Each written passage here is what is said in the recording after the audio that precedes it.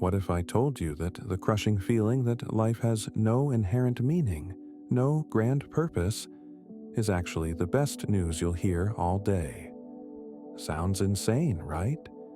We spend our lives chasing purpose, terrified of the void, desperate to believe that everything happens for a reason. We're told that meaninglessness is the path to despair, a bleak abyss to be avoided at all costs. But what if that's a lie? What if the absence of a prepackaged cosmic meaning is not a curse, but the very key to unlocking a profound, almost defiant form of joy and an unshakable freedom? What if I told you that the crushing feeling that life has no inherent meaning, no grand purpose, is actually the best news you'll hear all day? Sounds insane, right? We spend our lives chasing purpose, terrified of the void, desperate to believe that everything happens for a reason. We're told that meaninglessness is the path to despair, a bleak abyss to be avoided at all costs. But what if that's a lie?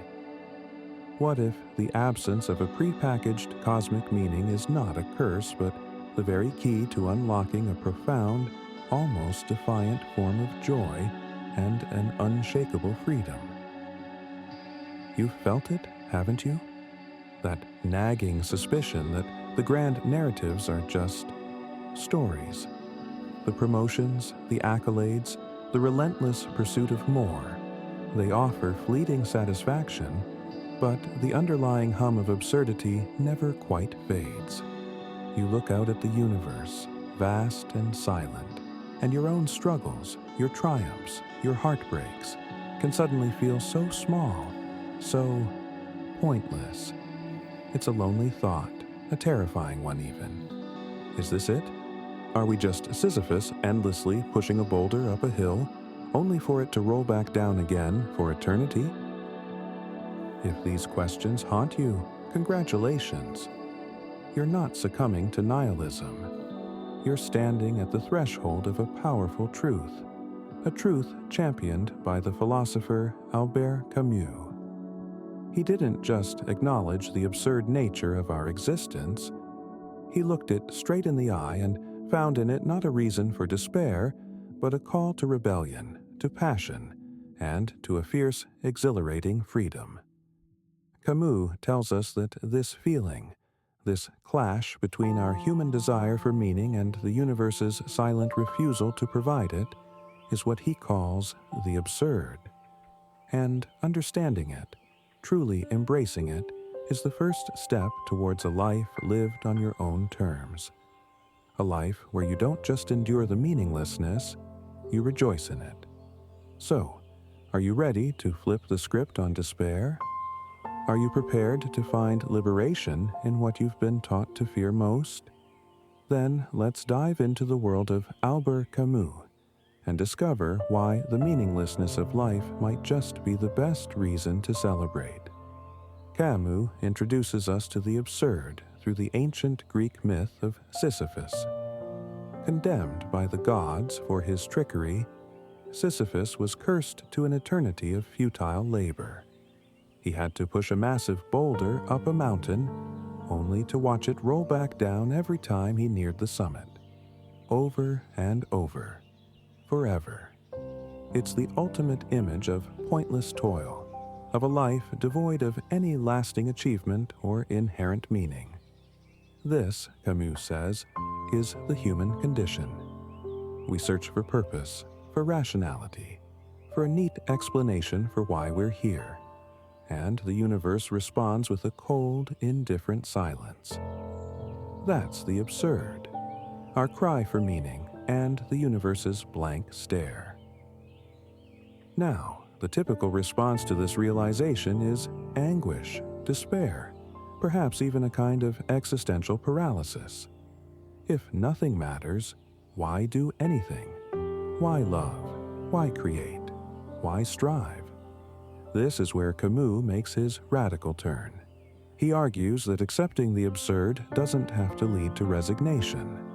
In fact, it's the rejection of false comforts, the refusal to take refuge in comforting illusions or preordained meanings that opens the door to true freedom. Think about it. If there's no divine script, no cosmic rule book you have to follow, then you are utterly, terrifyingly, wonderfully free. Free from the burden of fulfilling some grand destiny you never chose. Free from the fear of divine judgment or cosmic failure. Free to create your own values, to define your own purpose moment by moment through your actions, your choices, your passions. The meaninglessness of the universe strips away all the external props, forcing you to rely on your own inner strength, your own will to live and to find significance in this life, not beyond it. This is why you should rejoice, because the death of one kind of meaning, the imposed, the external, the illusory, is the birth of another, the personal, the lived, the fiercely embraced. When you no longer expect the universe to make sense, you can finally start living in it, with all its imperfections, its chaos, its fleeting beauty, and its profound absurdity. You're liberated from the need for an ultimate answer, and instead you're invited to embrace the intensity of the question itself, the very act of living. And this brings us back to Sisyphus. Camus asks us to imagine Sisyphus not as a figure of pure despair, but as the absurd hero. How? Because Sisyphus is conscious of his fate.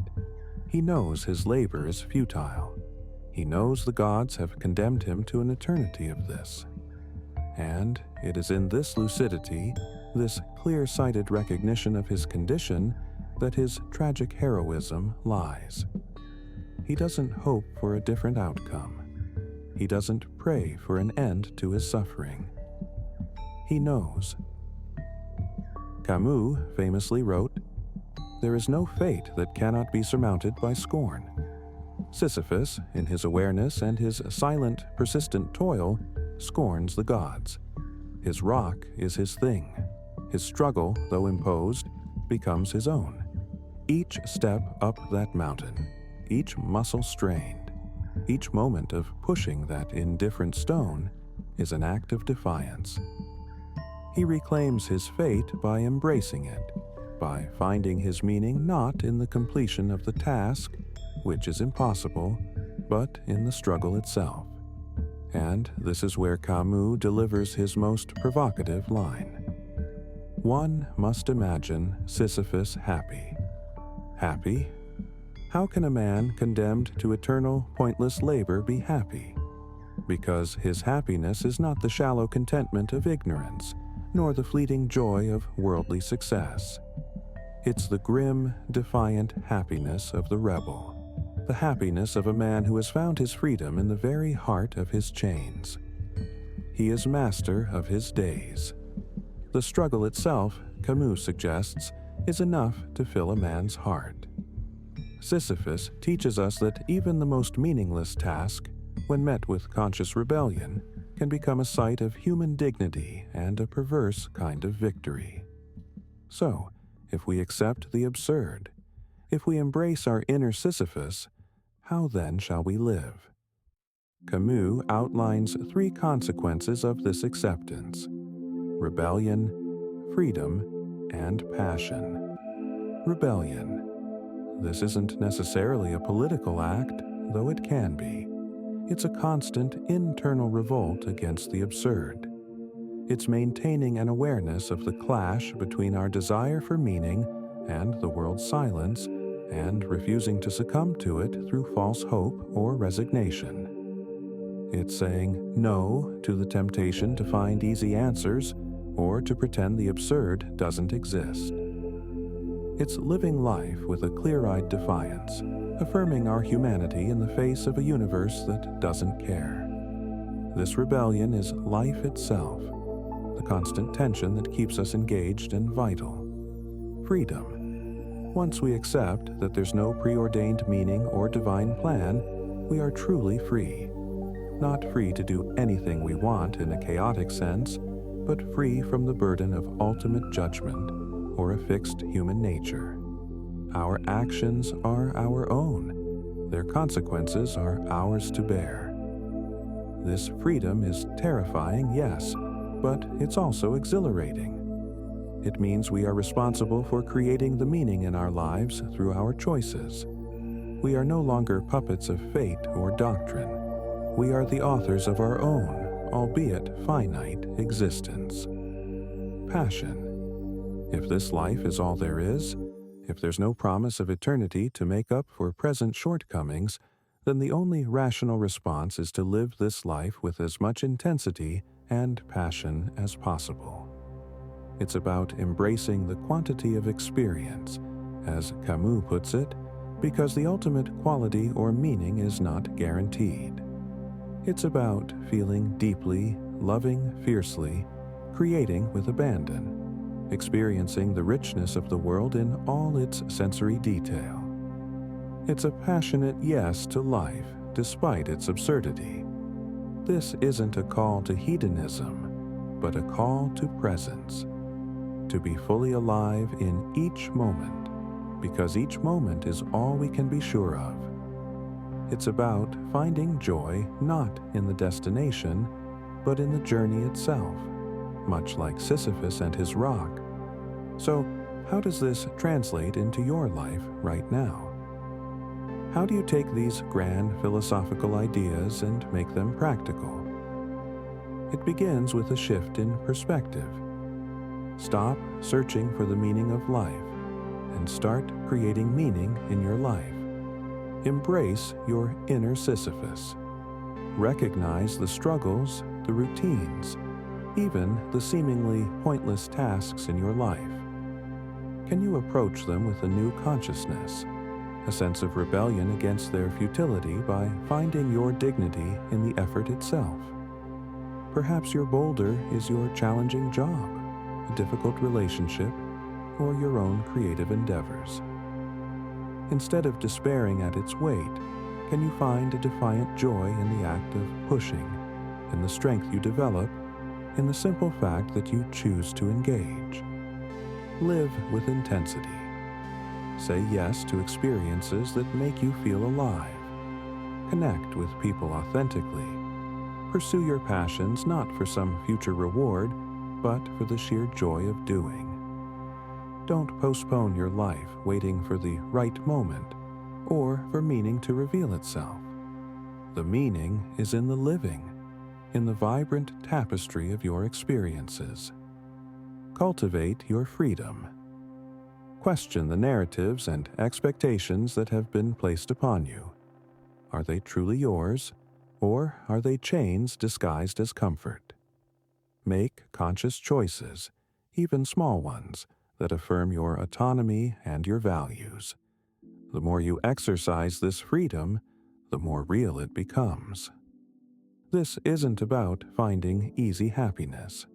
It's about finding a profound, resilient joy that can coexist with the knowledge of absurdity.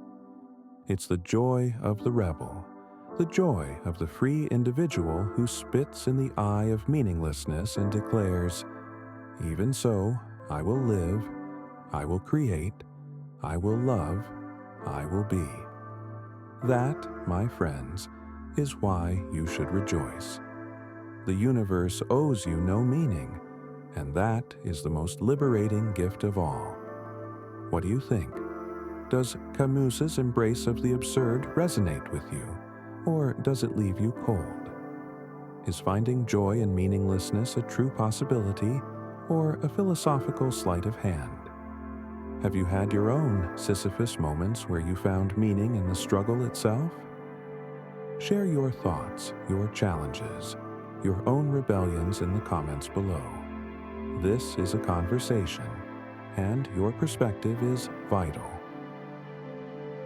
If this exploration of Camus has sparked something in you, challenged your perspectives, or even made you a little uncomfortable, in a good way, then do us a favor. Hit that like button, subscribe to the channel, and ring that notification bell. We're just getting started on this journey through the minds of philosophers who dared to confront the biggest questions of existence. Next up, we'll be diving into another thinker who grappled with the structures of power and how they shape not just our freedom, but our very understanding of truth. You won't want to miss it as we explore the often invisible forces that dictate our lives. Thank you for thinking with us today. Remember, the moment you stop searching for a meaning handed to you is the moment you become free to create your own. Keep questioning. Keep rebelling. Keep living. See you in the next one.